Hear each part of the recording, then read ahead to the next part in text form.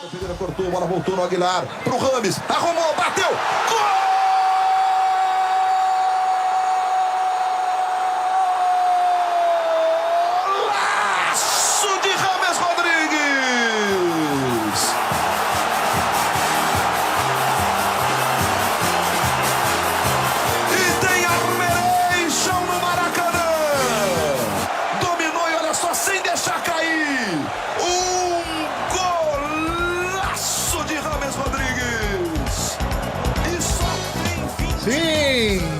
Começando agora ao som da cúmbia e do reggaeton, mais um episódio especial do podcast do Armário da Bola sobre a Copa das Copas, a Copa de 2014.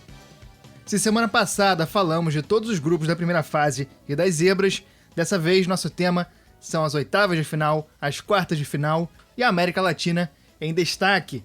Meu nome é Gustavo Angeléias e estou aqui como sempre com ele, Chico Freire, o homem das camisas. Chico, seu boa noite. Boa noite, Gustavo. Boa noite a todos os nossos ouvintes, nossos telespectadores. Estamos chegando aqui hoje com a beleza do gol de James Rodrigues, com o sangue latino e com a querência de armeiro para dançar.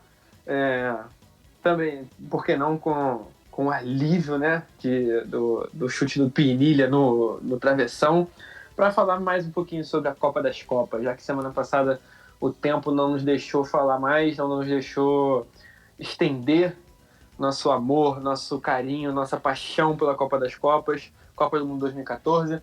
Hoje vamos falar do começo do mata-mata, né? Oitavas, quartas de final e vamos que vamos. Esse é o nosso segundo episódio de uma série especial de 5. Se você não ouviu o nosso primeiro, volta lá, semana passada tem. Tá, a gente tá no Spotify, a gente tá em todos os feeds, a gente tá em tudo quanto é lugar. E se no lugar que você escuta a gente não tem, você avisa pra gente que a gente dá um jeito de colocar. Cada semana a gente vai tratar de um tema e, além desse, teremos mais 3 programas aí nas próximas 3 semanas, finalizando perto da data da final. Antes de partir pro programa, Chico, explica pra gente o que é o Armário da Bola. Esse discurso já tá quase decorado, hein? Exatamente. Não é o mesmo toda semana, não. É de cabeça mesmo. Armário da Bola é nosso blog, nosso projeto, onde a gente relembra grandes histórias do futebol, onde a gente conta grandes momentos, histórias emocionantes, histórias de heróis, de grandes equipes, de grandes momentos mesmo, a gente relembra, sempre puxando o futebol como esporte e também como fenômeno cultural, né? A gente gosta muito de observar como que o futebol se mistura com a sociedade, com a política, e a gente está aqui para isso. E o nosso podcast aqui é uma extensão de tudo que acontece no blog. Nas últimas semanas não tem acontecido porque tivemos problema com o servidor, tivemos problemas com... Não estou tendo tempo para escrever, mas tendo tempo para gravar. Estamos aqui. E estamos em todos... agora na palavra, você viu, né? Que eu dei uma... Deu uma dibrada. E estamos em todas as redes sociais que importam. No Instagram, @Armário da Bola, no Twitter, @Armário da Bola, são as 2 redes que a gente mais usa, mas também estamos no Facebook, só catar a gente lá, segue, dá um like, um joinha, compartilha, ajuda a gente a divulgar esse projeto. Armário da Bola também. O Gustavo falou que ele vai fazer um TikTok pra gente, que o primeiro vídeo vai ser ele fazendo Armeiration. Isso, assim que terminar o confinamento. E a gente queria agradecer o feedback de todo mundo, o programa passado ficou maneiro demais, a gente curtiu muito fazer, curtiu muito a resposta de todo mundo. Tá indo super bem, todo mundo lembrando histórias. E a gente estimula ainda o recado que a gente falou semana passada. Mandem histórias pra gente, porque eventualmente nessa nossa série vai ter um momento pra gente falar de história, pra gente sentar e contar a história. Inclusive o programa da semana passada foi recorde. Foi o programa que mais rápido chegou a 100 plays na nossa história. O programa do Zidane tinha chegado a 100 plays em uma semana, foi o anterior. Semana passada chegamos a 100 plays em 4 dias, não 5 foi? dias, 5 dias. 5 dias? 4 para 5 dias, 4 dias e meio. E, muito obrigado a você que nos escutou, que nos escuta. Vocês não têm noção do quanto que a gente fica feliz com isso, o quanto que a gente fica feliz com essa recepção. Queremos muito a participação de todos vocês, ainda mais falando da Copa do Mundo. Se não quiser falar de Copa do Mundo também, segue a gente, manda um alô pra gente. Fala de qualquer assunto. Sugestão de pauta. Se não quiser mandar sugestão de pauta também, fala sobre qualquer coisa. Quer falar sobre a ocupação francesa na Argélia no século XIX? Fala pra gente também. A gente está disponível aí para trocar ideia sobre qualquer coisa. A gente ama essa interação com vocês, ouvintes. Cola com nós, que é sucesso. Agora, rueda la vinheta! Eu sou obrigado a falar que esse programa aqui tá uma porra. Vidro de vidro? Vídeo. 100% atualizado. Sabia não?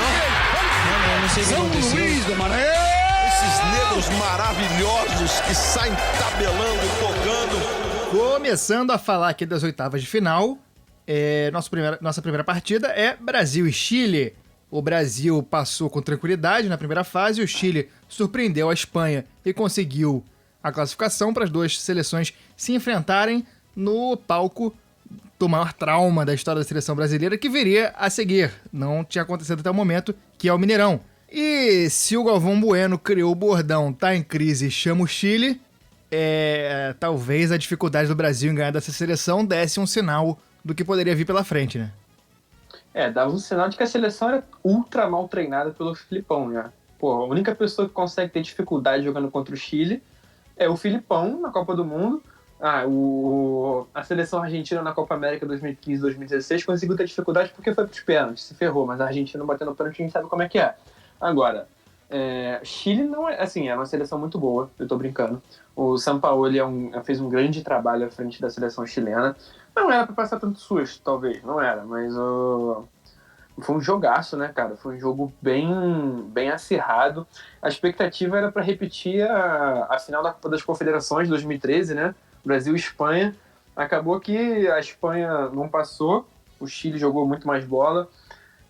Um Brasil e Chile, ainda mais em oitavas de final, assim como tinha sido em 2010, né, na Copa anterior, a expectativa, mesmo contra um time bom do Chile, uma geração boa de Alexis, Sanches, de Eduardo Vargas, o Arangue estava jogando também, Vidal, muito bom de bola. Ainda que fosse contra um time bom, a expectativa talvez fosse um jogo mais tranquilo, né, cara? As escalações.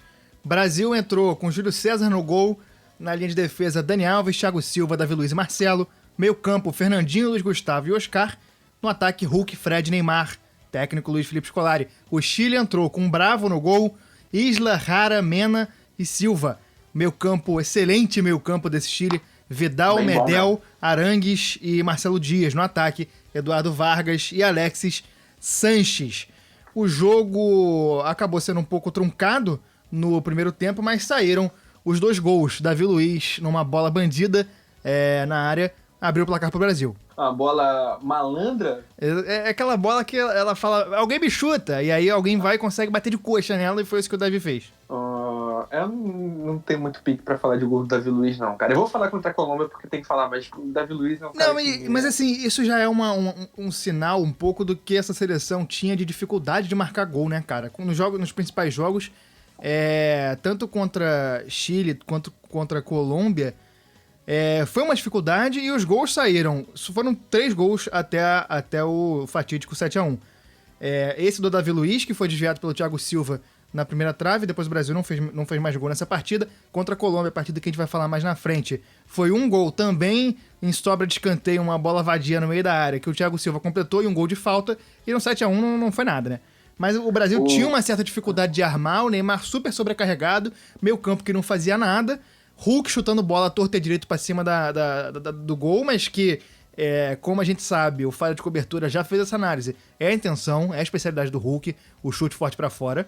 Então ele estava ali exercendo a função para a qual ele foi convocado. Mas o Brasil tinha esse problema crônico de chegada na frente e não conseguia pressionar um adversário justamente por ser mal treinado pelo Filipão.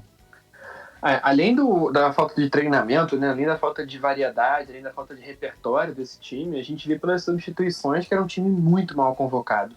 A gente vê, por exemplo, o Fred.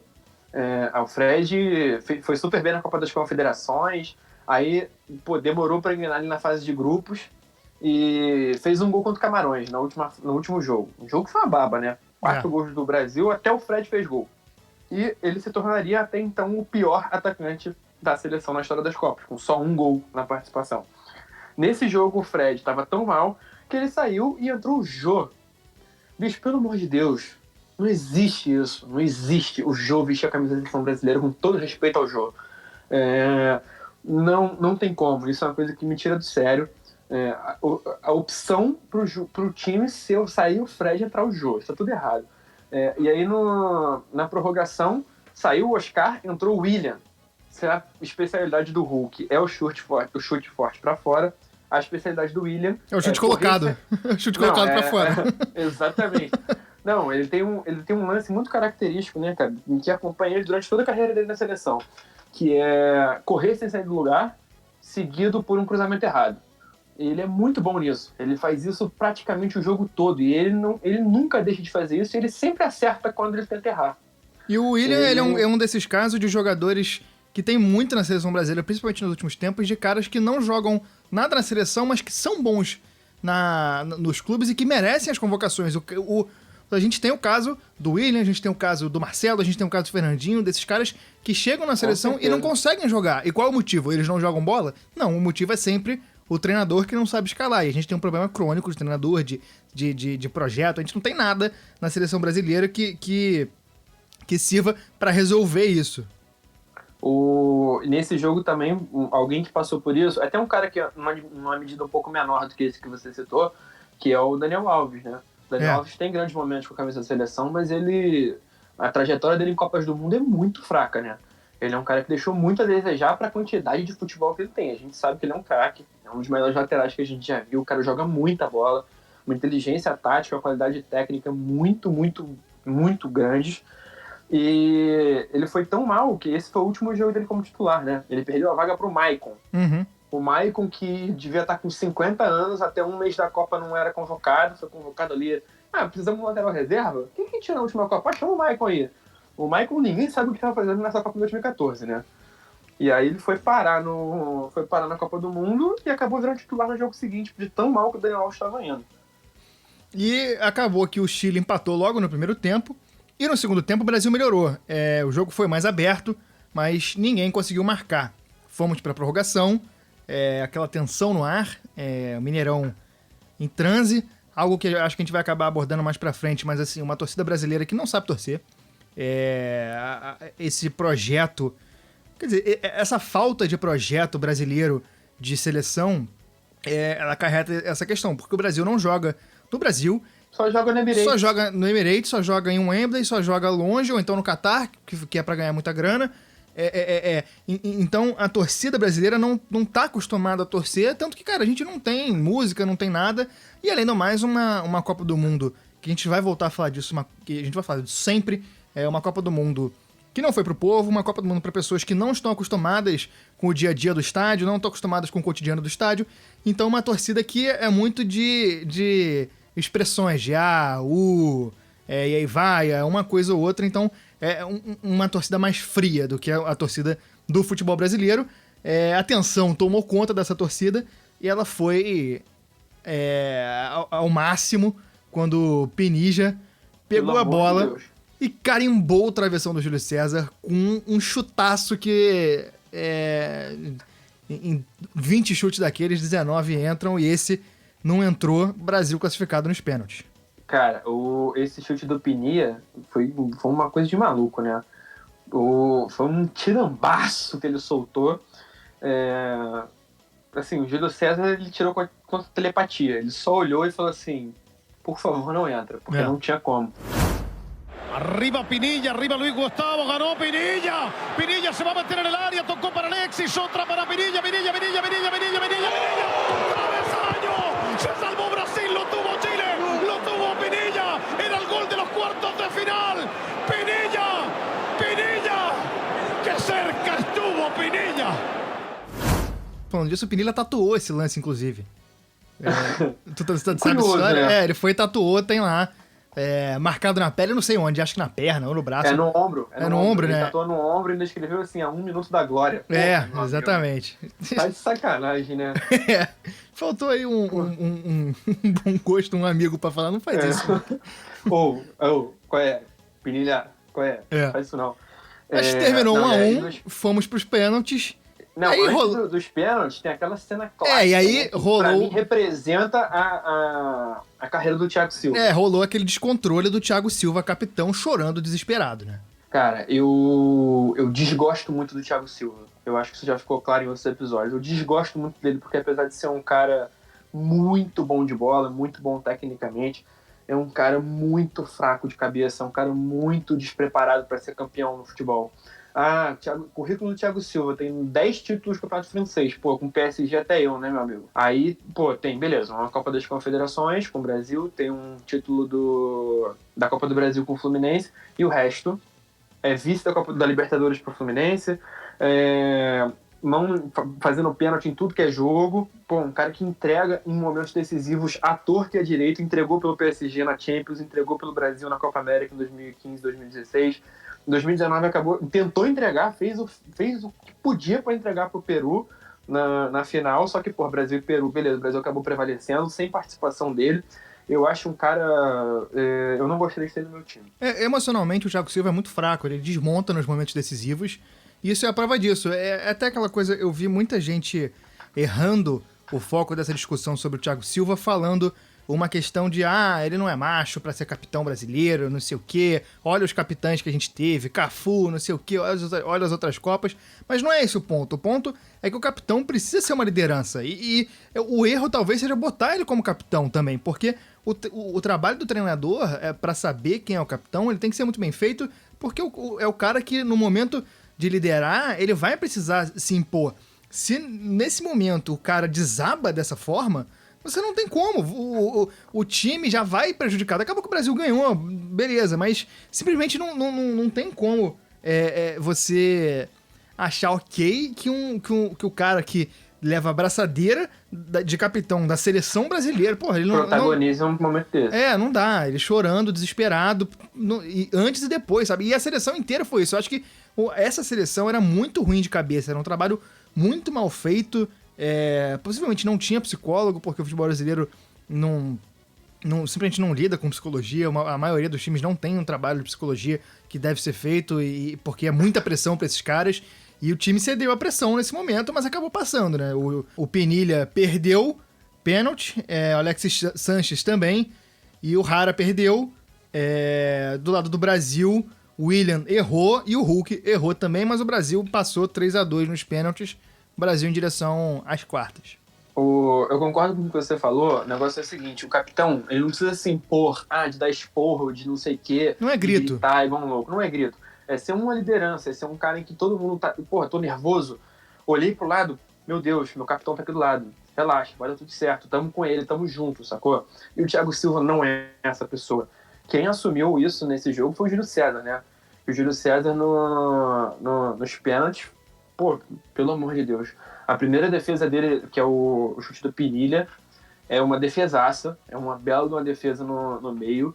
Aí o William também, não quero falar sobre o William, porque senão esse podcast vai ficar com 4 horas de palavrões e impropérios. A gente tem um 7-1 pra isso. Não. Respira fundo. O William bateu um pênalti bizarro, aquele famoso peidinho de borboleta, pra fora ainda por cima.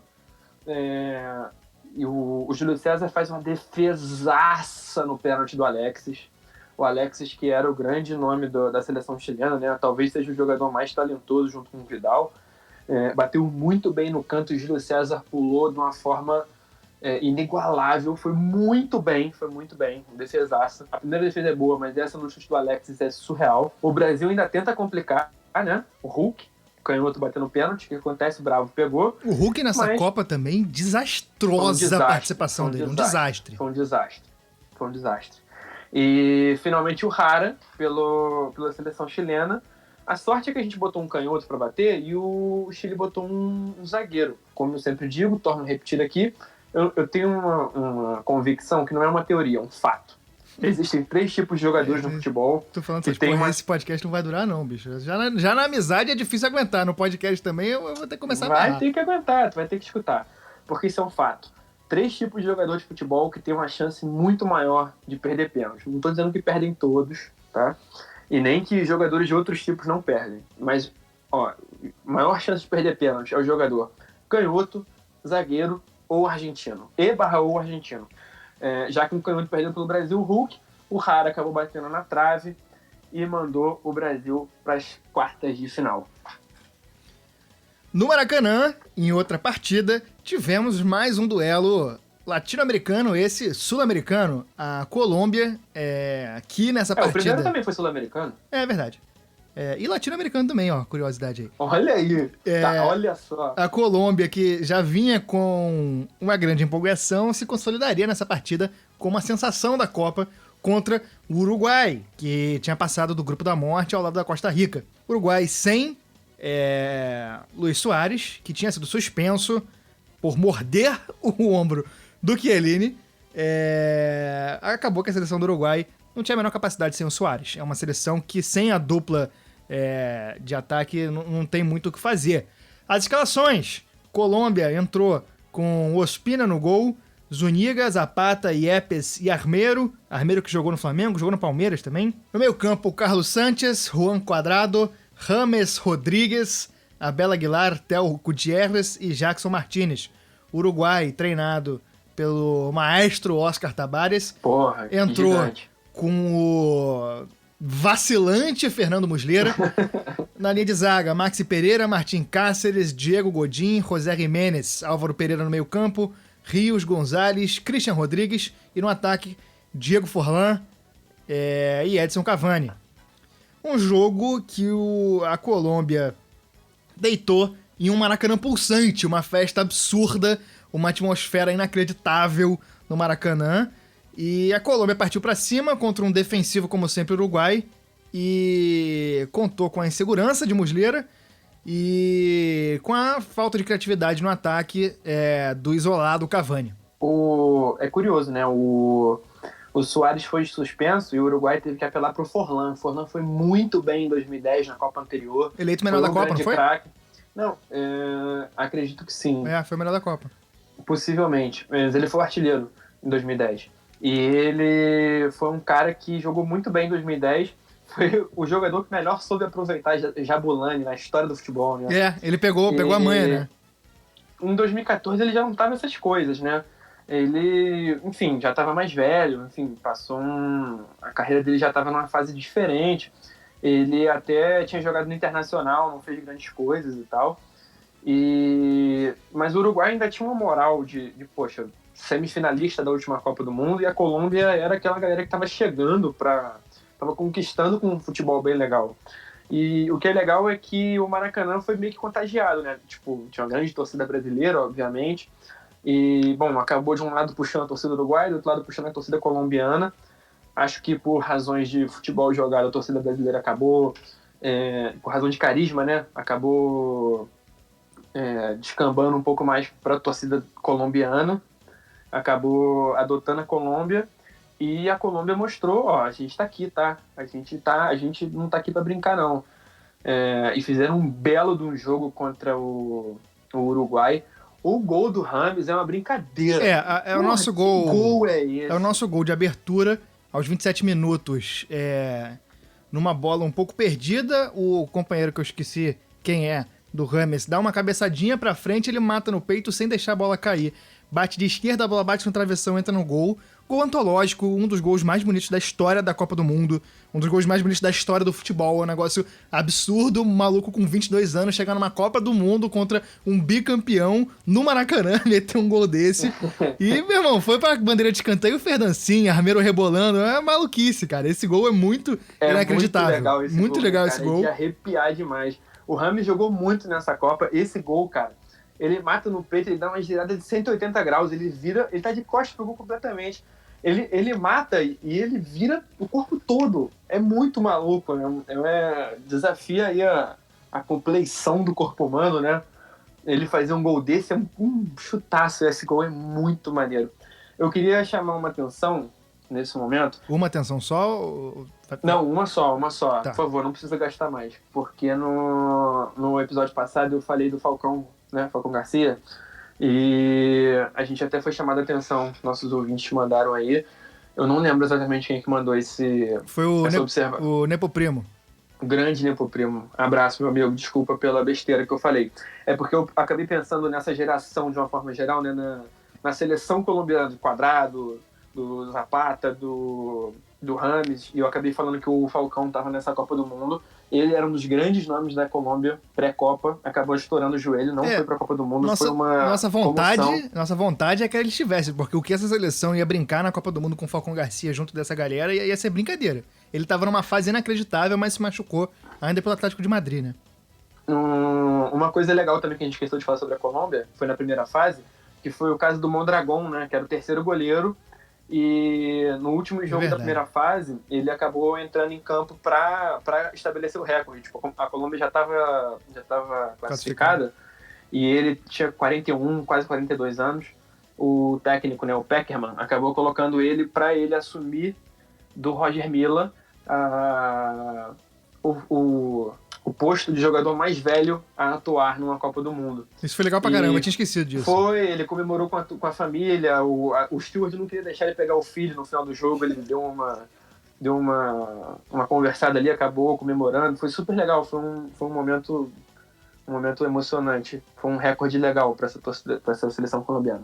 E no começo do segundo tempo contra o Uruguai, um cruzamento na área, Quadrado, bom jogador Quadrado, dá aquela esforçada, aquela pulada, cabeceia para o meio da área e o próprio James sacramenta a classificação de uma excelente seleção colombiana que conquistou todo mundo aqui. Levantamento, vai saindo, Neymar, saiu mal, Pogba!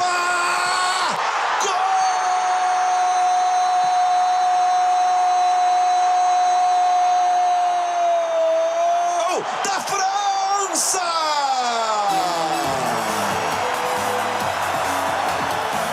Em outra partida, a França jogou contra a Nigéria em Brasília e teve trabalho. França de Lohri no gol, Debuchy, Varane, Koscielny, Evra na linha de defesa, Matuidi, Caballé, Pogba no meio campo e no ataque Giroud, Benzema e Valbuena, time treinado pelo Deschamps, que a gente falou muito no nosso programa sobre a França campeã da Copa seguinte. Sobre essa escalação, é muito legal ver que realmente era uma linha de defesa bem experiente, bem velha. Como a gente falou no episódio de 2018, né, sobre o título da França, rolou uma renovação forte nos anos seguintes. Exatamente. A Nigéria entrou com Eneyama, Moses, Yobo, Ambrose, Omeru, Oshaniwa, Mikel, grande, Obi Mikel, Onazi e Musa, Odenwing e Emenik, seleção treinada pelo técnico nigeriano Stephen Cash.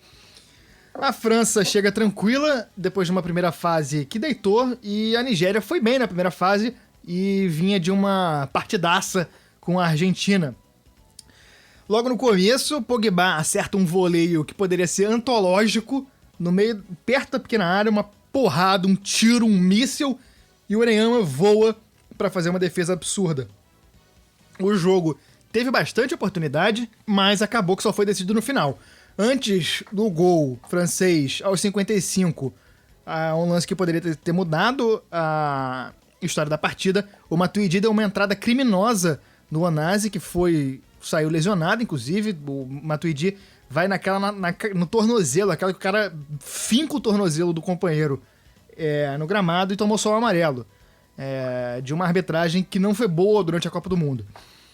E os dois times tiveram a oportunidade para abrir o placar, mas aos 79 o Eneyama vai sair numa cobrança de escanteio, bota a mãozinha de alface na bola e ela sobra na cabeça do Pogba, que completa sozinho pro gol para abrir o placar e ali complicou para a Nigéria. O Eneyama, que é um goleiro bem bom, né, cara? Ele é um cara que não tinha muita moral. É um pouco parecido com o que aconteceu com o Keylor Navas nessa Copa 2014. Em 2010, ele jogava no futebol de Israel e ele teve uma participação muito positiva pela Nigéria na Copa do Mundo, na África do Sul. Tanto que ele acabou indo pro Lille da França, na época que o Lille foi campeão francês. Então ele foi bem numa época que o Lille estava no alto, acabou trazendo ele foi titular por muitos anos, teve uma carreira sólida no Lille, ficou muitos anos lá.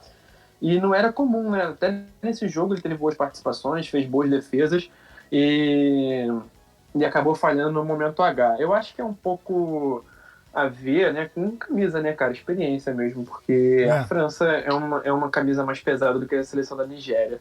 Eu queria aproveitar esse momento aqui, antes da gente eliminar a Nigéria de vez, para falar que é muito curioso, né, porque a gente fez um amigo na Copa do Mundo, que era o Victor, tu lembra do Victor? Uhum.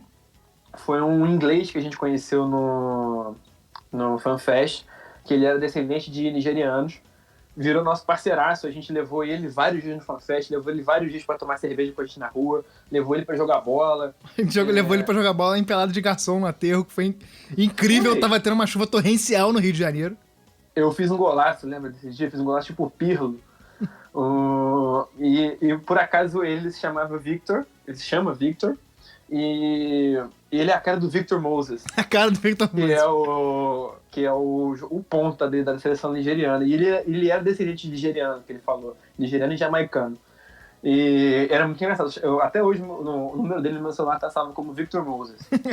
A gente tem que mandar esse programa pra ele. Se ouvir, Vamos um abraço pro Victor. Não, e ele vai entender, porque ele entendia português. Ele é um cara genial, um cara bom demais, um cara queridaço. Victor, tamo junto. E aí, aos 90, a França marca em um gol contra da seleção nigeriana. É a Nigéria, né? Caraca, meu cérebro foi... Meu cérebro foi no Oceano Atlântico e voltou agora. Não sei o que aconteceu. Isso aí. Mais um gol contra de... Mas aconteceu não é futebol. Mas o gol contra de Obo fecha a conta e eu passo a régua, França classificada. Vamos então para a partida da futura campeã, uma partida surpreendente e um dos melhores jogos dessa Copa, Alemanha e Argélia, jogo 0-0 no tempo regulamentar e que a Alemanha conseguiu ganhar no sufoco. A Argélia deu um calor e ameaçou eliminar a gigantesca Alemanha, que entrou com o timaço que venceu essa Copa do Mundo, que era Manuel Neuer no gol, a linha de zaga com Philipp Lahm, Rovedes, Mertesacker e Boateng, no meio campo Mustafi, Ozil, Mario Götze e Schweinsteiger, no ataque Toni Kroos e Thomas Müller, seleção comandada pelo melequento Joaquim Low. A Argélia entrou com Boli no gol, Becalem, Halich, Mandi, Gulan, Lassen, Mostefa, Tadê, Feguli, Sudani e Slimani, time treinado pelo técnico bósnio Vahid Halilhodžić. O que dá pra falar dessa partida que alimentou a esperança de ver a zebra caminhar de novo pelo Brasil? Cara, bom, Alemanha contra Argélia, né? Expectativa, goleada. Realidade, foi um jogaço. Como eu acabei falando no último podcast, a Argélia foi uma seleção que surpreendeu muito nessa Copa do Mundo, porque em 2010 foi um dos times mais chatos e anti-jogo de todos. E em 2014 chegou com outro espírito, com outro astral, com outro futebol. Foi uma seleção técnica, ofensiva, foi uma seleção que foi muito legal mesmo. O Fegoli jogou muita bola, o Slimani também é um cara bom de bola. Curioso até que o Mahrez estava no banco, né, cara? Tem vários jogadores que acabaram se estabelecendo na Europa depois. O Mahrez, Bentaleb, Brahimi, o próprio Bulguerra também. São jogadores que fizeram carreira na Europa depois dessa Copa do Mundo, estavam no banco. E era uma seleção bem ofensiva, uma seleção bem divertida e deu um belo de um calor na Alemanha. Na Alemanha que, é a Alemanha, né? Não é qualquer seleção. Esse jogo, eu lembro bem do Mboli, o goleiro argelino, fazendo várias defesas impressionantes. Tem até o gif dele de camisa laranja fazendo aquela cara de só isso que vocês têm? Ele se chama, por acaso eu pesquisei aqui pra achar, ele se chama Adihai Kobos Adrien Mboli Uhab. Esse é o grande... Baita nome. Um grande nome. Eu lembro muito bem, isso foi um jogaço, foi no Beira-Rio. E o grande lance que eu lembro, cara, era já na prorrogação. Quando foi 0-0 a prorrogação, eu falei, meu Deus, tô deixando a gente sonhar. A Argélia vai tirar a Alemanha nessa brincadeira. E aí tem o lance da falta, né, cara, na entrada da área, que vai, tipo assim, a seleção inteira da Alemanha, vai os 11 fazendo uma fila, todo mundo fingindo que vai bater. Aí no quinto jogador a fingir que vai bater é o Müller. Aí o Müller cai no chão, se estabacou. E aí o maluco, logo depois dele, bateu a falta. Foi uma cena de trapalhões, cara. Isso foi inacreditável. Foi zorra total. E o curioso muita gente fala que o Müller fez de propósito, sabia? Existe essa teoria, eu lembro de ler sobre isso, mas eu não tô lembrando agora da conclusão. Eu vou até pesquisar isso e eu vou colocar no nosso Twitter e no próximo episódio. Que foi uma técnica que o Miller fez pra tipo, chamar a atenção como se ele fosse bater e aí a galera meio que abaixar a guarda e o próximo bater. Fato é que isso não foi gol nesse lance, de qualquer forma. Mas foi um jogaço com muitas chances para os dois lados e a Alemanha acabou prevalecendo na prorrogação, né? Essa tática do Miller eu uso muito jogando bola, eu erro tudo de propósito. Eu lembro que essa partida eu assisti na FanFest que eu tava trabalhando e foi engraçado reparar a mudança de espírito dos presentes ao longo do jogo, né? Porque começou... Até a Alemanha, a impressão que eu tenho é que essa partida entrou tranquila, assim, obviamente como uma seleção grande, respeitando o adversário, mas como uma seleção grande, e meio que foi vendo que tava começando a dar um certo desespero. Talvez não desespero, porque o alemão não se desespera com nada, mas foi dando pra ver no final do tempo regulamentar, os caras começando a falar, cara, o que tá rolando? O que tá rolando? E ficou marcado nessa partida o Neuer jogando muito adiantado, ele jogava de líbero, e a seleção da Argélia... Praticamente volante, né? A seleção da Argélia só se defendeu ao longo da partida, buscando sempre os contra-ataques, e teve, cara, uma ou duas ou três bolas que a Argélia quase marcou nas costas do Neuer e ele tirou tudo. Neuer, pra mim, é o melhor dessa partida, e acabou que a Alemanha, na pressão, na água mole, pedra dura, tanto bate até que fura, conseguiu marcar na prorrogação. O Schürrle, que acabou fazendo gol no Brasil também, marcou meio de letra, meio arrastada a bola ali, uma bola cruzada na área, e o Ozil matou na prorrogação. A Argélia acabou conseguindo marcar um golzinho ali de honra pra alegria da galera e merecido, cara. A seleção fez uma Copa do Mundo muito digna e por pouco não eliminou a que viria a ser campeã. Como você falou, foi um jogo defensivo, né? A Alemanha atacou muito mais, criou grandes chances, mas a Argélia se defendeu com muita competência e era muito boa nos contra-ataques. Eram contra-ataques... beleza, a gente vai jogar no contra-ataque, a gente vai jogar atrás e pegar você no contrapé? Vai! Mas era com muita competência, com muita velocidade, um jogo muito agudo, né? Um jogo muito competente mesmo. E caiu muito de pé, né, cara? Foi com certeza o jogo mais difícil da Alemanha na Copa do Mundo. Engraçado, né? Porque a Alemanha só teve dificuldade contra a Gana na primeira fase e a Argélia nas oitavas. O resto foi tudo mais... A Alemanha não eu acho que no controle, não tem nenhum outro jogo que a Alemanha tomou tanto susto quanto nesse contra a Argélia. Exatamente. O Vlar, Giovanni dos Santos na sobra, ele tentou direto, golaço! Gol do México! No Castelão, em Fortaleza, Holanda 2, México 1. México, jogamos como nunca, perdemos como sempre. Curioso notar que o México foi a 6ª Copa do Mundo seguida, eliminado nas oitavas de final, sendo que em 2018 se tornaria a 7ª Copa do Mundo seguida, eliminado nas oitavas de final. Holanda entrou com Sillissen no gol, Verhaeghe, Vlaar, De Vries e Blind. De Vrij. Irmão, tá no Rio, fala De Vries. No Brasil é De Vries. No meio campo, De Jong, Sneijder, Wijnaldum e Robben no ataque, junto com ele, Van Persie e Kuyt, time treinado por Louis van Gaal.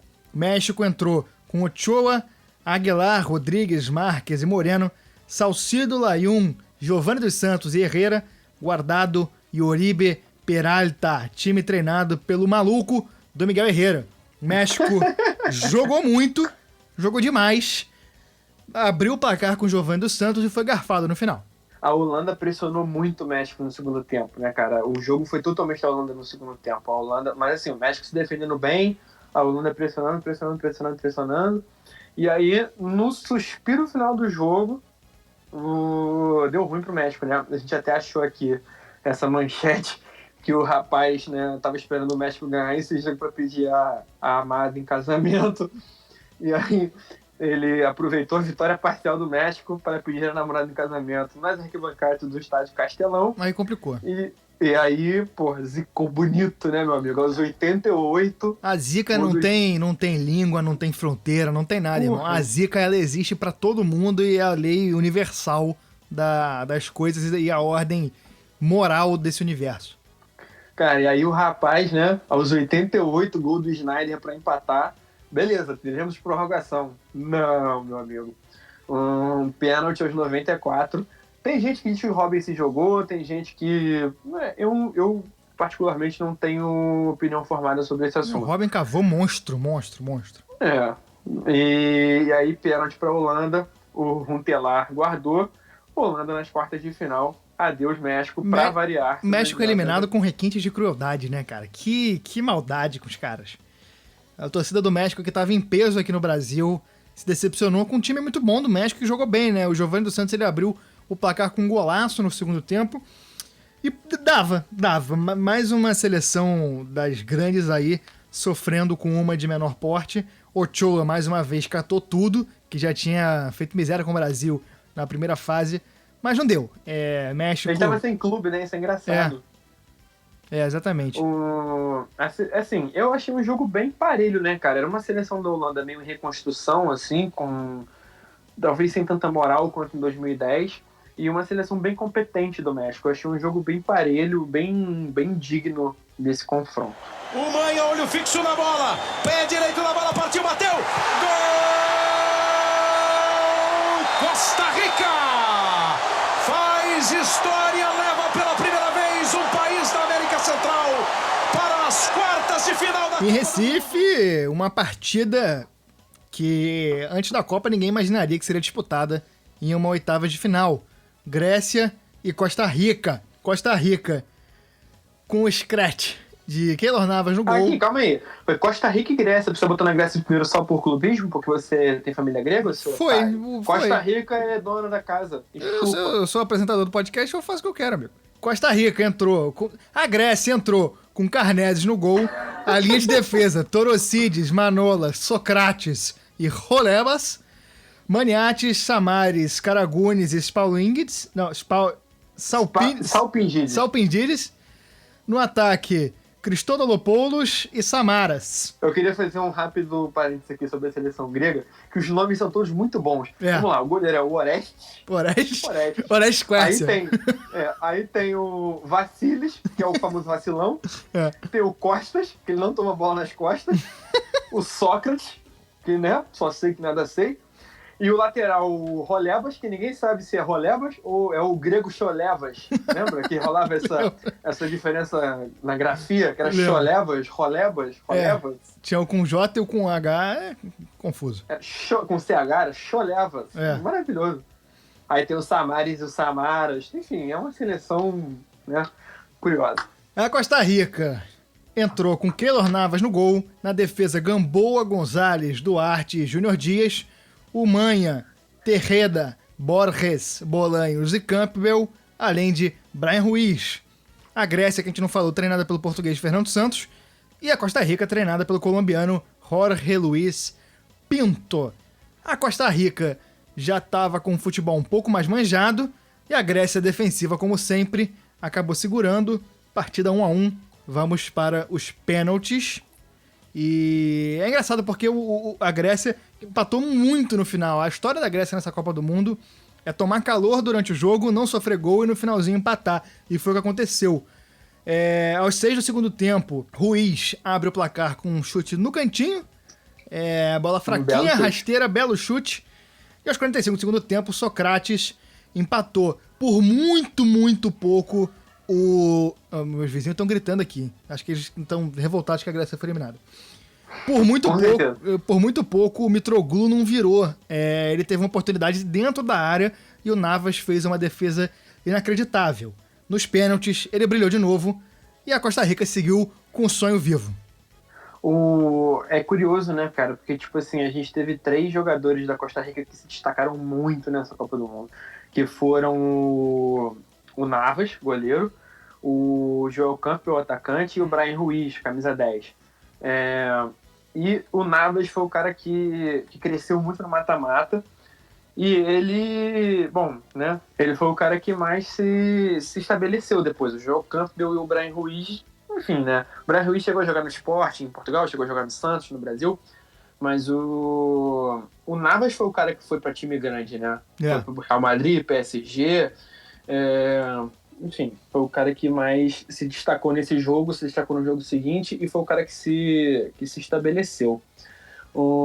É curioso, né, a história aqui do Sócrates, que a esposa dele e ele tinham marcado eles tinham marcado para se casar no dia 5 de julho, e se a Grécia passasse de fase, ele ia ter que remarcar, porque o jogo das quartas de final ia ser justamente no dia 5 de julho. Nem o cara leva fé, né? Que bom. Ou ele ia tomar um esporro em casa, ou ele ia ter que repagar tudo, né? Ter que acertar com fornecedor de flor, com buffet, com convidado. Ia ser uma maluquice. Que bom que ele perdeu em casa, né? Que bom que ele acabou voltando.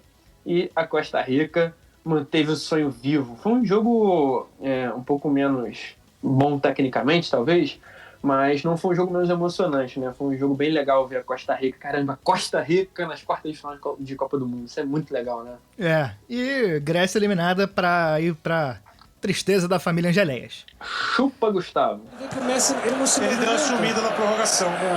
Eu falei de chamar o jogo, de trazer pra ele na prorrogação, ele deu uma sumida. Teve a bola ali no meio campo agora.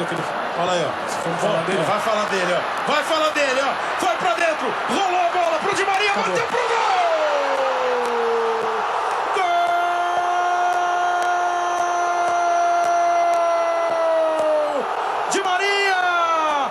Em Itaquera, a Argentina fez um jogo ruim contra a Suíça, como fez em grande parte da Copa do Mundo, mas passou a Argentina de Sérgio Romero, na zaga Zabaleta, Garay, Mascherano e Fernandes, Rojo, Gago, Di Maria, no ataque Messi, Higuaín e Lavezzi, time treinado pelo Alejandro Sabeja. A Suíça entrou com Benalho, Lichtsteiner, Djuru, Char, Rodrigues, Granit Xhaka, Berami, Inler, Shaqiri, Mehmed e Drimit, time treinado pelo alemão Otmar Hitzfeld.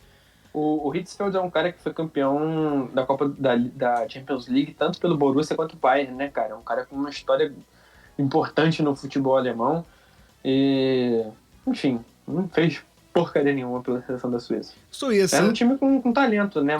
Um time com talento, mas defensivo, como sempre, uma defesa forte. A partida foi 0-0 no tempo regulamentar.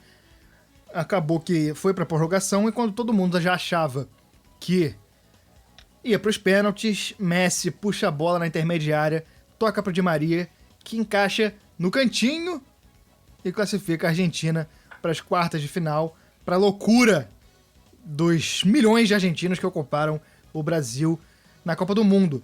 No último minuto da partida, já com o goleiro dentro da área para a cobrança de escanteio, a Suíça teve uma chance dentro da pequena área que não entrou porque era para a Argentina chegar na final nessa Copa. Essa aí só a justiça divina que explica. A Suíça não marcou por capricho e foi eliminada mais uma vez na Copa do Mundo. Um time competente, mas que sempre chega lá e não faz nada. Né? Assim, a Argentina até aqui, então, sem enfrentar nenhum time grande, esse foi o time mais importantezinho ali que a Argentina acabou... Cara, isso é importante falar. A Argentina teve uma tabela muito fácil nessa Copa do Mundo. Muito fácil. A Argentina não teve grandes atuações coletivas, não teve grandes... Atuações individuais também não teve? O Messi brilhando em alguns momentos, assim, apesar de não ter nenhum jogo que o Messi jogou pra caramba o jogo todo, né? Nenhum jogo que foi no bolso do Messi. O Messi decidiu jogos, mas ele não botou nenhum jogo no bolso. E... Enfim... Foi uma tabela muito fácil, né? A Argentina pegou Bósnia, Irã, Nigéria, Suíça. Nas quartas de final pegou uma Bélgica bem mais ou menos, que a gente vai falar daqui a pouco. E, enfim, acabou pegando um time grande na semifinal, que vai ficar por outro programa. Mas foi o primeiro time maiorzinho, né? Depois de pegar Bósnia, Irã e Nigéria, pegou a Suíça, que foi um pouquinho maior. A gente teve um calor, teve que decidir na prorrogação. E os problemas que a gente fala da seleção brasileira em relação a projeto, em relação a treinador, muitos deles podem ser transferidos sem tirar nem pôr para a Argentina. A Argentina nessa Copa teve um problema crônico de criar chances, sempre acabava defendendo do Messi para ter um lampejo no meio da partida, que ele não jogou bem realmente, que nem o Chico falou. O Messi acabava sempre decidindo, porque Messi não é qualquer um, quando precisava, quando chamava na chincha, o Messi ia e resolvia, mas a Argentina teve bastante dificuldade para criar e o Higuaín fez uma Copa bem mais ou menos, perdeu muito gol. A Argentina sempre com problema de goleiro, o Romero até agarrou bem, mas não é um goleiro que você vai imaginar um time... linha. Não é um goleiro que você vai imaginar um time campeão sendo montado a partir dele, mas a Argentina 1-0, vai às quartas. Na Fonte Nova temos a ótima geração belga, ainda muito jovem, enfrentando os Estados Unidos. É curioso que o time é praticamente o mesmo em 2018, né? Em 2018 teve uma participação muito melhor do que em 2014. Melhor não somente em resultados, mas melhor em atuação. Em atuação, realmente foi muito, muito melhor em 2018 do que em 2014. A Bélgica que entrou com Courtois, Alderweireld, Kompany, Vertonghen, Van Basten, De Bruninho, Alex Witsel, que depois foi ser governador do Rio de Janeiro. Axel Witsel, que depois foi ser governador do Rio de Janeiro. Fellaini, Hazard, Origi, Mertens, time treinado pelo Wilmots. Famoso Mertens. Mertens, grande Mertens. Joga muita bola. Joga muita bola. Um beijo pra Dona Mônica, que cunhou esse maravilhoso apelido. Exatamente. Toda vez que ele perde um gol, eu falo esse Mertens do caralho. Os Estados Unidos entraram com Tim Howard, Omar Gonzalez, Cameron, Johnson e Beasley. Baszler, Jones, Dempsey, que acabou se tornando o craque dessa seleção, Zuzi, Bradley e Bedoya, treinados pelo alemão Jürgen Klinsmann. Os Estados Unidos Suzy. Estados Unidos que acabou não levando o Donovan, camisa 10 histórico dessa seleção, e mesmo assim fez uma campanha boa, apesar de ser eliminado para a Bélgica. O jogo foi fraco no tempo parlamentar. No tempo parlamentar lá, o cara tá pensando em política. O Rodrigo Maia entrou em campo. No tempo regulamentar, o jogo não foi tão bom. A seleção belga foi decepcionante, com muita dificuldade para finalizar, sempre chegava a bola mascada, mas mesmo assim o Tim Howard agarrou absurdos, teve recorde de defesas em um jogo de Copa do Mundo. E a gente conversava antes aqui da gravação que, observando as defesas, na minha opinião, não tem nenhum milagre essa bola que você fala que isso, como esse cara pegou isso. Mas ele foi muito seguro e conseguiu segurar o resultado. O jogo foi para prorrogação e a Bélgica aí se sobrepôs tecnicamente, até fisicamente. No final do jogo, os jogadores dos Estados Unidos estavam muito cansados. Entrou o Lukaku, que fez a diferença. Lukaku puxou o contra-ataque do gol do De Bruninho, que acabou recebendo a bola depois de um corte da zaga e bateu colocado. Depois Lukaku finalizou a conta e os Estados Unidos diminuíram, mas não foi o suficiente. O grande nome desse jogo foi o Tim Howard, né, cara? Ele jogou muita bola esse dia. O goleiro dos Estados Unidos, apesar de não ter botado o time na semifinal, na quarta de final, ele fez o possível e o impossível para isso, né? Foi uma atuação bem boa dele. Não fez nenhuma defesa plástica, talvez, mas ele fez defesa de tudo que é de tudo que é finalização. Foi cabeceio, foi defesa do contrapé, defesa de chute de fora, defesa de chute na pequena área, defesa de voleio, defesa de dentro, de fora, de cobertura ele pegou. Foi o recorde, né, cara? Foram 16 defesas do Tim Howard. Isso é o maior número de defesas de um goleiro num jogo de Copa do Mundo na história. Teve defesa em 2 tempos, teve defesa em rebote, teve defesa em tudo que dava para defender, ele defendeu. Só que o time, em geral, dos Estados Unidos era bem mais ou menos, né? Não era essas coisas. E acabou passando a Bélgica por qualidade mesmo, né? Não precisou botar os jogadores para jogarem tudo que eles sabem para passar dos Estados Unidos.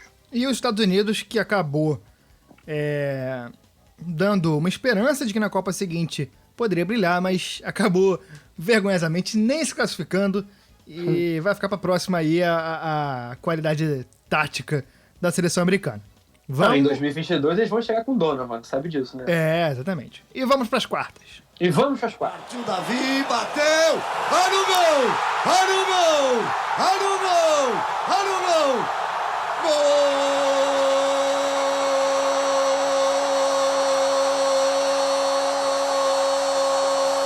No Castelão tivemos mais um duelo latino-americano e, por que não, sul-americano.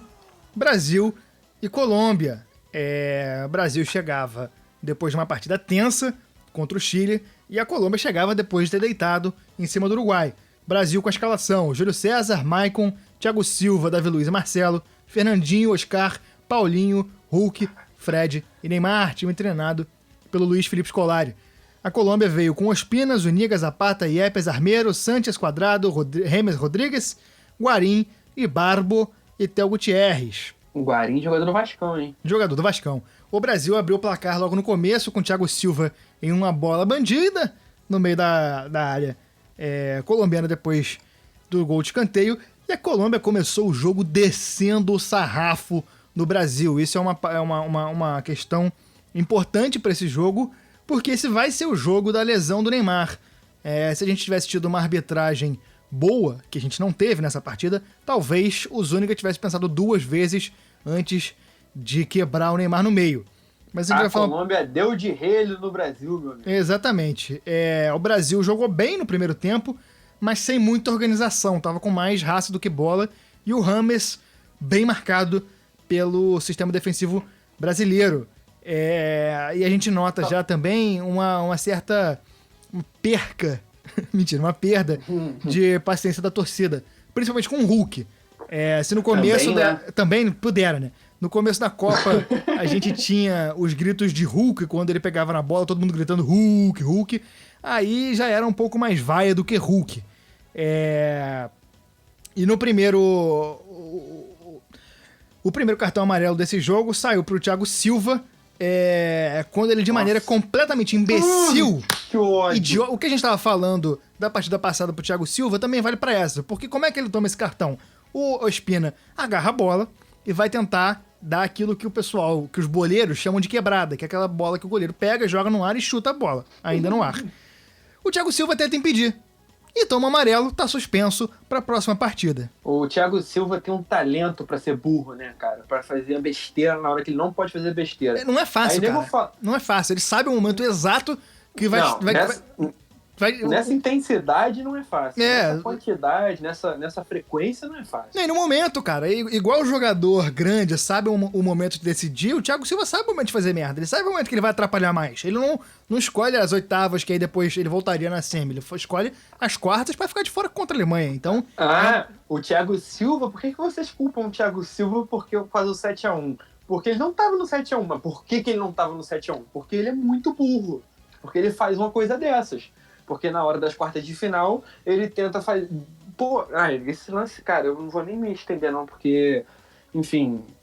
cara, é revoltante um negócio desse mesmo. Aí o Brasil tem que ir pra semifinal sem um jogador com a qualidade técnica dele, por quê? E sem o Porque capitão? ele não tem qualidade mental, não tem qualidade psicológica.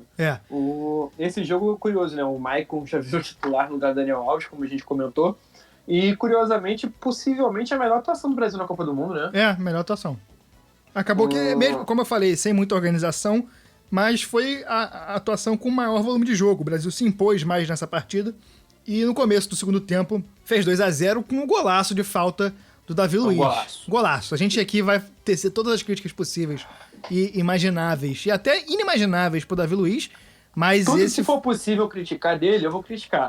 Porém, esse gol foi um belo de um golaço. É uma bola que ele bate de chapa, ela vai quase sem girar pro gol do Ospina. Eu acho que foi uma mãozinha de alface do Ospina. Eu não vou dizer que ele falhou, mas assim, se tivesse feito aquele exercício que você fica apertando o negocinho, tipo bolinha de estresse, talvez ele tivesse agarrado essa bola. O Ospina não é um cara conhecido por defender grandes faltas, né? Ele também tomou o gol do Guerreiro que levou pra Copa do Mundo 2018 a seleção peruana. Porém, mas eu acho que é muito mérito do Davi Luiz, cara. A bola foi muito bem batida. Foi muito bem batido, foi uma falta realmente muito sinistra do Davi Luiz. Cara, o grande problema da vida do Davi Luiz é que falaram que ele era zagueiro, né? Se falassem assim, Davi, vai jogar de volante, vai jogar de atacante. De promoter, talvez, da privilégio. Enfim. Talvez ele tivesse mais sucesso na carreira, porque ele é um cara que... Ele não é horrível com a bola. Não é grosso. Não. Ele é um cara que tem uma qualidade técnica pra jogar a bola com bola no pé. Ele só é sem noção. E o zagueiro não pode ser sem noção. Um cara, um meia ofensivo ali, talvez possa ser sem noção em alguns momentos, né? Agora, o cara quer ser zagueiro, aí complica realmente a situação dele. Aos 78, a Colômbia diminui de pênalti, cobrado por James Rodrigues, sofrido por Baca, que depois de um bumba meu boi da zaga brasileira, aparece livre na cara do Júlio César, que comete o pênalti, mas não tinha mais como o Brasil classificado para a semifinal. O Rames, na hora que foi cobrar, tinha um gafanhoto do tamanho de um Pokémon no braço dele, né? Tu lembra disso? Gafanhoto do tamanho da águia, mano. Que isso? É grande verdade, esqueci disso. Não, e ele concentradão pra bater o pênalti, né? Ele focadaço e tal. O bicho, pelo amor de Deus, esse pouso daquele do meu braço, cara, que susto que eu tomava. Só que o Rames estava focado. Como a gente tinha falado, a arbitragem é muito ruim. O Zúñiga, aos 44 do primeiro tempo, ele deu uma no meio do joelho do Hulk e já devia ter tomado amarelo. O juiz não deu e acabou sobrando pro Neymar, que... Nossa, esse lance é pesado. Que aos 85 toma uma joelhada na lombar criminosa do Zúñiga e tem uma fratura e tá fora da Copa do Mundo. Eu achei, né, cara, assim, a minha impressão é que o Zúñiga é um cara afobado. Ele não é um cara que ele tinha ódio do Neymar, ele queria quebrar o Neymar no meio. A minha impressão é que ele foi imprudente pra caramba, que ele perdeu a linha, que ele não tem noção do quanto que ele pode chegar forte numa partida de futebol. Ele é um cara sem noção. Mas, totalmente imprudente, já não era pra estar em campo, porque já tinha que ter sido expulso antes disso. E aí protagoniza aquela cena clássica do Fred, né?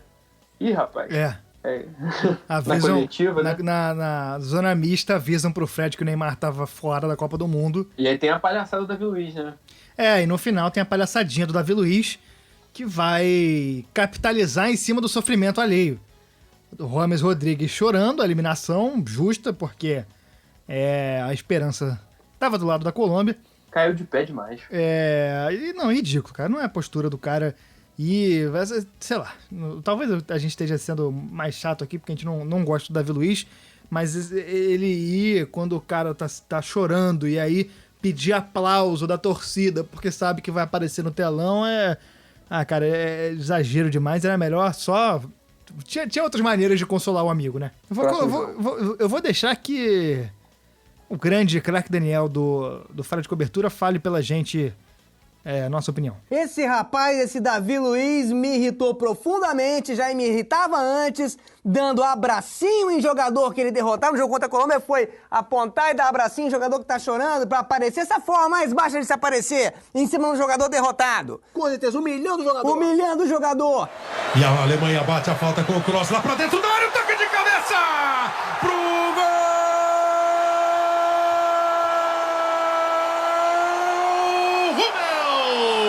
Gol da Alemanha! E o Maracanã, jogo grande, jogo que a gente gosta de ver. 4 títulos de Copa do Mundo em campo, França e Alemanha. França entrou com Lohri, Debuchy, Varane, Sacco, Evra, Valbuena, Caballé, Matuidi, Pogba, Benzema e Griezmann. Alemanha com Neuer, Lahm, Rovedes, Hummels, Boateng, Khedira, que volta, que é escalado de titular. Vamos falar dele. Vamos falar bastante dele. Ozil, Schweinsteiger, Kroos, Miller e Klose. Jogo grande, decidido logo no começo. Bastante disputado. A França teve 2 chances boas de abrir o placar antes da Alemanha, mas em uma falta gigante, precisa, do craque Kroos. O Hummels, marcado pelo jovem Varane ainda na época, leva na experiência, bate de cabeça e marca o gol solitário dessa partida. Não, é engraçado, né? Porque a oitava de final a gente teve, por um lado, camisas menores, tipo Costa Rica e Grécia disputando um jogo, e agora na quarta de final a gente tem França e Alemanha. Pô, é um jogaço. É um jogo de seleção grande, é um jogo de seleção... não tá pra brincadeira, é jogo de favorito, né? Enquanto a França tava meio sem moral, a França tava meio que se reconstruindo depois de 2010, ainda tinha uns caras jogando a Copa do Mundo pela primeira vez, tipo Griezmann, o Pogba. A Alemanha já vinha num projeto muito legal desde o começo dos anos 2000, né? Era favorito desde sempre. E foi um belo jogo, o Maracanã recebeu um jogo de time grande, e foi um jogo bem jogado como time grande tem que jogar. Eu me lembro bem desse jogo, cara, que o Neuer agarrou igual um maluco.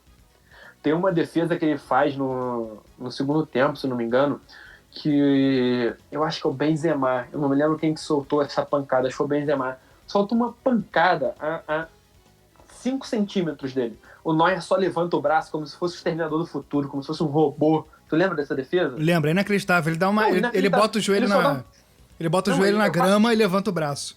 E Não, é uma aí coisa de maluco. Ele só faz assim, tipo, em meio milésimo de segundo. a bola é muito Então, forte, é muito forte. É inacreditável essa porrada, defesa. muito perto dele. E ele só faz, tipo, Exterminador do Futuro, Robocop, tá ligado? O que o Neuer agarrou nessa Copa foi brincadeira, né, cara? Não, e esse jogo foi o grande jogo do Neuer. O Neuer, nesse jogo, ele fez muita defesa muito sinistra. Ele foi um cara que salvou muito bem a Alemanha. E aqui até anotei aqui na pauta um dado curioso. Foi a 4ª presença seguida da Alemanha entre os 4 finalistas da Copa do Mundo.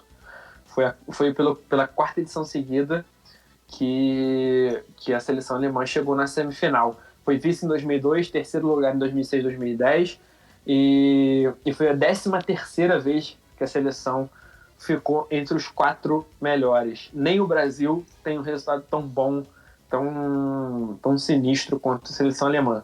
Beleza, a Alemanha em 2018 depois passou vergonha, né? Foi eliminada na fase de grupos, mas até ali é um número muito impressionante. É muito expressivo. E acabou sendo um jogo que as defesas brilharam. A gente falou do Neuer aí, que agarrou muito. Os times tiveram algumas chances depois, mas tudo muito truncado. Chutes mascados. Alguns pedidos de pênalti dos dois lados, mas terminou 1-0 no Maracanã para festa da torcida alemã. Jogou de Mengão no Maracanã, né? Isso é importante falar. Jogou de Mengão. Porra, botou camisa vermelha e preta no Maracanã, meu amigo.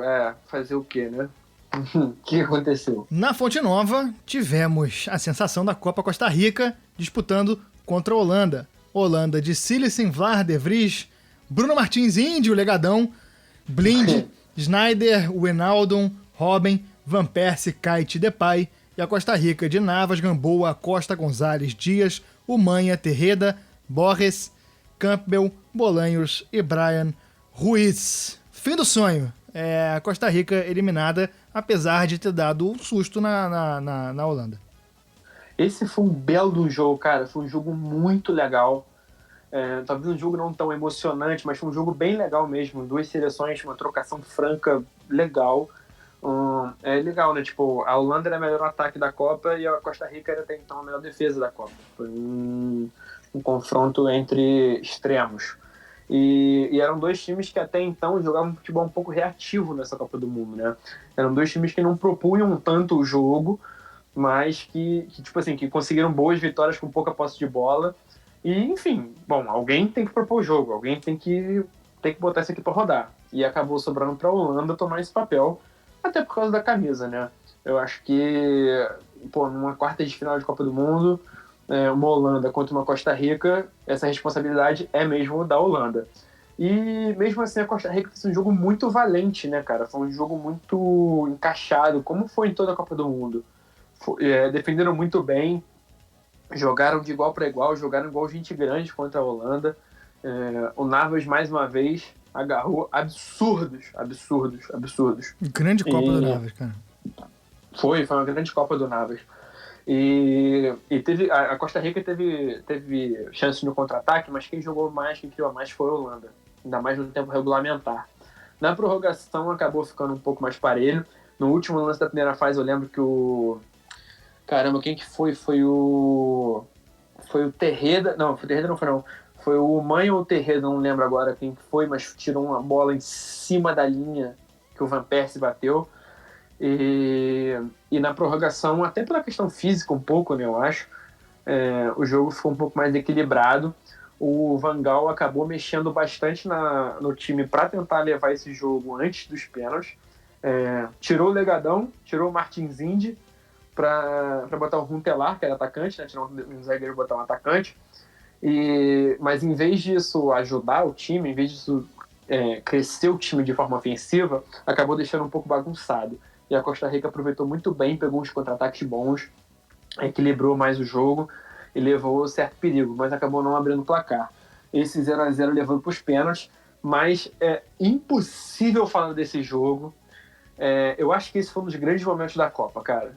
Eu acho... Inédito, né, cara? Eu não sei se isso aconteceu em outro momento do futebol, Não. talvez. Talvez não no futebol de uma forma geral. Isso é uma coisa de maluco. Isso é uma coisa de maluco que o Van Gaal fez. Foi uma coisa de gênio. Foi uma coisa de um deus, um louco, um feiticeiro que o Van Gaal fez. Não tem explicação. Ele sentiu e fez. Pra quem não lembra, faltando 1 minuto pra acabar o segundo tempo da prorrogação, o goleiro reserva Krul, goleiro, deixa eu pegar até o nome completo dele aqui, o Tim Krul, vai aquecer, pra surpresa de todos, e entra no lugar do Cillessen, uma troca de goleiros, faltando 2 minutos pra acabar a partida e pra ir pros pênaltis. Tipo assim, o Cillessen, beleza, não é nenhum gigante, não é nenhum bosta e tal, é um goleiro ok ali, nota 6, 7, e o Krul também não é grande coisa. Cara, isso é muito louco, porque não tem explicação, não tem lógica, não tem estatística, não tem nada. O Van Gaal foi pro final do segundo tempo da prorrogação, uma quarta de final de Copa do Mundo, e falou assim, cara, eu só tenho 2 substituições usadas, tenho mais uma, o que eu vou fazer? Em vez de botar um batedor, em vez de botar um atacante, um cara que cobra bem, vou trocar o meu goleiro. Cara, nada explica isso. O Tim Krul não tem estatística de ser um grande pegador de goleiro. Mas isso mexeu com o brio da seleção costarriquenha. Isso mexeu com o psicológico. E o que aconteceu? Fala pra mim. O Krul catou dois defesas. Cara, sem explicação. Sem explicação. Tim Krul defendeu 2 pênaltis da seleção costarriquenha.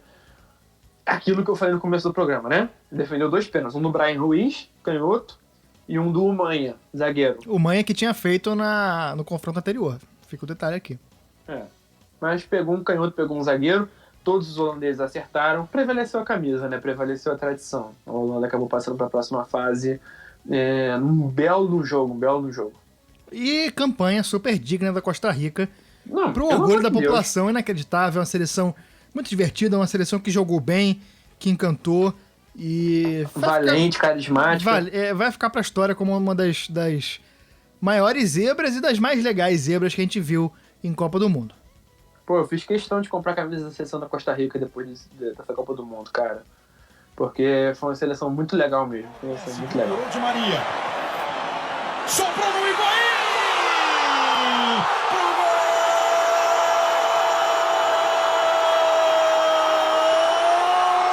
Higuaín! Gol da Argentina!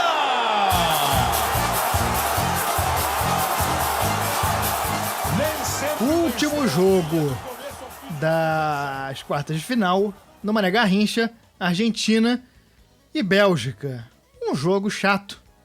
Higuaín, logo no começo, tira a nhaca, marca depois de uma bola mascada, ele chuta forte no canto de voleio, e o resto do jogo foi burocrático, poucas oportunidades de lado a lado, a Bélgica simplesmente não conseguiu reagir. Cadê a escalação?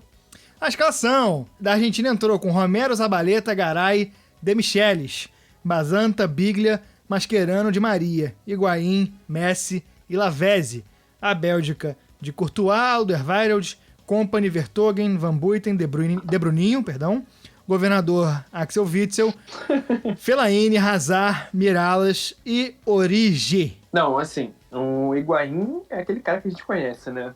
Famoso, perde gol em momento decisivo. Um cara artilheiro, um cara, faro de gol, mas chega na hora H, o Higuaín, ele faz questão de ser o cara que chuta pra fora quando não pode chutar, né? E nesse jogo ele foi muito bem, cara. Esse jogo, milagrosamente, ele gastou todo o especial do FIFA Street, sabe? Quando você passa o jogo todo driblando ali, acumulando pra fazer o especial, e aí nesse jogo ele gastou o especial. Foi um belo no gol dele, que foi logo com 7 minutos de jogo. O Messi tentou tocar a bola acho que foi até pro Di Maria, a bola resvalou na zaga, sobrou pro Higuaín na beirola da área, ele nem ajeitou o corpo direito, soltou uma pancada de direita no cantinho do Courtois, foi um belo gol. E assim, era um jogo de 2 seleções com muito talento individual, mas que não encaixaram um talento coletivo, né? E por isso mesmo era um jogo com muita expectativa até no Hazard, no Messi, no De Bruyne, do Di Maria. O Di Maria é um cara que estava sendo muito importante para a seleção argentina, de magia, De magia. e se machucou ainda no primeiro tempo, né? Que prejudicou bastante a qualidade do jogo argentino. A Argentina, mais uma vez, jogando contra uma seleção sem muita tradição, sem muita expressividade, que estava ali meio que mais porque pegou uma tabela tranquila do que por qualidade mesmo, por mérito mesmo. E acabou eliminando a Bélgica sem muito talento, sem muita necessidade, né? Sem muito esforço. Eu gosto muito do lance desse jogo, que é o Higuaín. Como eu disse, ele gastou todo o especial do FIFA. Tem um lance no segundo tempo que é muito sinistro. Ele pega a bola na intermediária, dá uma arrancada bizarra, ele caneta o Kompany, maluco. Ele caneta o Kompany, que é um zagueiraço. Canetou o Kompany, entrou na área igual um doido, igual um boi bandido, soltou uma pancada, matou no travessão do Courtois, que a bola a trave tá tremendo até hoje lá no Mané Garrincha. E o Sabeia, né, cara, tipo, igual um sei lá, jaca podre, ele meio que cai pra trás assim, quase que se estabaca no chão. É muito bom essa imagem dele, tipo assim, ai meu Deus do céu, aí, caralho, não posso cair no chão não. E a Argentina acabou passando meio por camisa também, né, meio que por inércia, porque bom, contra essa seleção da Argentina não precisava fazer muito esforço para passar. A Argentina que não se classificava para a semifinal desde 1990, chegou aí 24 anos depois a uma semifinal. Passou a Argentina, falamos de todas as partidas das oitavas e das quartas de final. Chegamos, portanto, ao fim dessa segunda edição especial sobre a Copa das Copas. Na semana que vem, eu não vou revelar aqui do que a gente vai falar, mas a gente está preparando um programa bastante especial. Vamos falar menos, talvez, de futebol e vem coisa boa. Vamos falar menos de futebol, mas vai ser legal. Espera aí, guarda essa surpresinha que semana que vem a gente está de volta ainda para falar de Copa do Mundo. E nos 2 programas finais a gente fala de semifinal e final. Chico, seu destaque final. Foi muito legal, né, cara, ver mata-mata de Copa do Mundo aqui no Brasil. A gente deu uma olhada em alguns jogos, alguns lances, muitos lances, alguns jogos completos até dessa fase. E, cara, como que pode, né, cara, nego querer sediar a Copa em outro lugar que não seja o Brasil? Com os estádios que o Brasil tem, com a torcida que o Brasil tem, com a loucura que o Brasil tem, com o clima que o Brasil tem, como que pode, né, cara?